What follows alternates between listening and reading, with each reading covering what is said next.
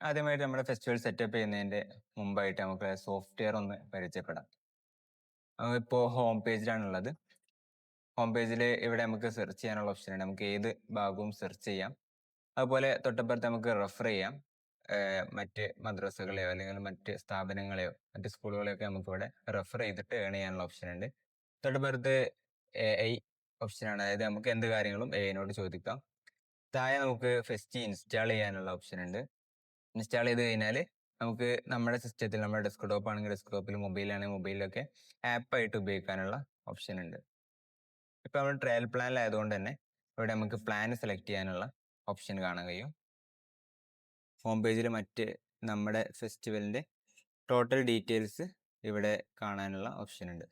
ശേഷം ഫെസ്റ്റിന്റെ പേജിലേക്ക് വന്നു കഴിഞ്ഞാൽ നമ്മുടെ ഫെസ്റ്റുമായിട്ട് ബന്ധപ്പെട്ട കാര്യങ്ങൾ മൊത്തം ഇവിടെയാണ് ഉണ്ടാവുക.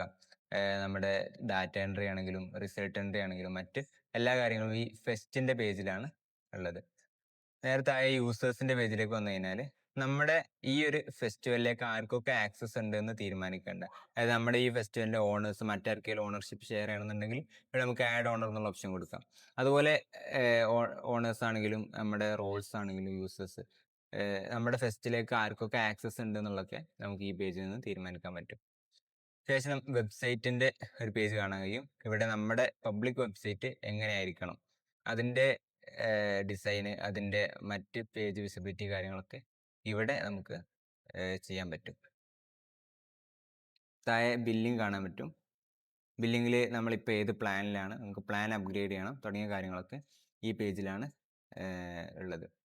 ശേഷം സെറ്റിങ്സ്, നമ്മുടെ ഫെസ്റ്റിവലിന്റെ ടോട്ടൽ സെറ്റിങ്സ്, നെയിം ആണെങ്കിലും അതുപോലെ നമ്മുടെ പ്രൊഫൈൽ ആണെങ്കിലും മറ്റേതെങ്കിലും ഫീച്ചേഴ്സ് ഡിസേബിൾ ചെയ്യുക, എനേബിൾ ചെയ്യുക തുടങ്ങിയ കാര്യങ്ങളൊക്കെ ഇവിടെ കാണാൻ കഴിയും. താഴെ നമുക്ക് നോട്ടിഫിക്കേഷൻസ് ഉണ്ട്. അതിൻ്റെ മേലെ റെഫറൽസ്, നോട്ടിഫിക്കേഷൻസ്, നമുക്ക് എന്തെങ്കിലും നോട്ടിഫിക്കേഷൻ ഉണ്ടെന്നുണ്ടെങ്കിൽ ഇവിടെ അവൈലബിൾ ആവും. സിസ്റ്റം നോട്ടിഫിക്കേഷൻസ് ആണെങ്കിലും മറ്റാരെങ്കിലും നോട്ടിഫിക്കേഷൻ അയച്ചതാണെങ്കിലും ഒക്കെ ഇവിടെ കാണാൻ കഴിയും. ഏറ്റവും താഴെ നമ്മുടെ യൂസറിന്റെ ആ ഒരു ഐക്കണിൽ ക്ലിക്ക് ചെയ്ത് കഴിഞ്ഞാൽ ഇവിടെ നമുക്ക് സെറ്റിങ്സ് ഉണ്ട്. പിന്നെ അതുപോലെ പുതിയ ഫെസ്റ്റിവൽ ക്രിയേറ്റ് ചെയ്യാനും മറ്റെല്ലാ ഫെസ്റ്റിവലും നമ്മൾ ക്രിയേറ്റ് ചെയ്ത എല്ലാ ഫെസ്റ്റിവലും കാണാനുള്ള ഓപ്ഷന്, പിന്നെ അതുപോലെ അക്കൗണ്ട് മാനേജ് ചെയ്യാനുള്ള ഒരു ഓപ്ഷൻ ഉണ്ട്.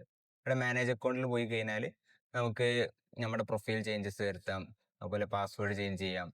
പ്രിഫറൻസ് നമുക്ക് വേണമെങ്കിൽ ഇതിന്റെ ഡാർക്ക് തീമിലേക്ക് സ്വിച്ച് ചെയ്യാം, ലൈറ്റ് തീമിലേക്ക് സ്വിച്ച് ചെയ്യാം.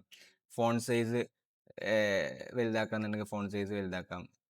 ഇതിന്റെ കളറ് ബ്ലൂ അതുപോലെ റെഡ് നമ്മൾ 2 ഓപ്ഷൻ കൊടുക്കുന്നുണ്ട്. കളർ ചേഞ്ച് ചെയ്യാന്നുണ്ടെങ്കിൽ ടോട്ടലി കളർ ചേഞ്ച് ചെയ്യാനുള്ള ഓപ്ഷനും ഉണ്ട്. അതുപോലെ തന്നെ നോട്ടിഫിക്കേഷൻസ്, നമ്മുടെ പേയ്മെന്റ്സ്, മറ്റ് നമ്മുടെ ലോഗിൻ ആക്ടിവിറ്റീസ് കാര്യങ്ങളൊക്കെ ഇവിടെ കാണാനുള്ള ഓപ്ഷൻ ഉണ്ട്. സോ ഇത്രയും ആണ് നമുക്ക് ഓവർവ്യൂ ആയിട്ട് സൈറ്റിനെ പറയാനുള്ളത്. ഇനി നമുക്ക് എങ്ങനെ ഡാറ്റ എൻട്രി, നമ്മൾ എങ്ങനെയാണ് ഇതിന്റെ ഫെസ്റ്റിവൽ സെറ്റപ്പ് ചെയ്യാന്നുള്ളത് പറഞ്ഞു കൊടുക്കാം.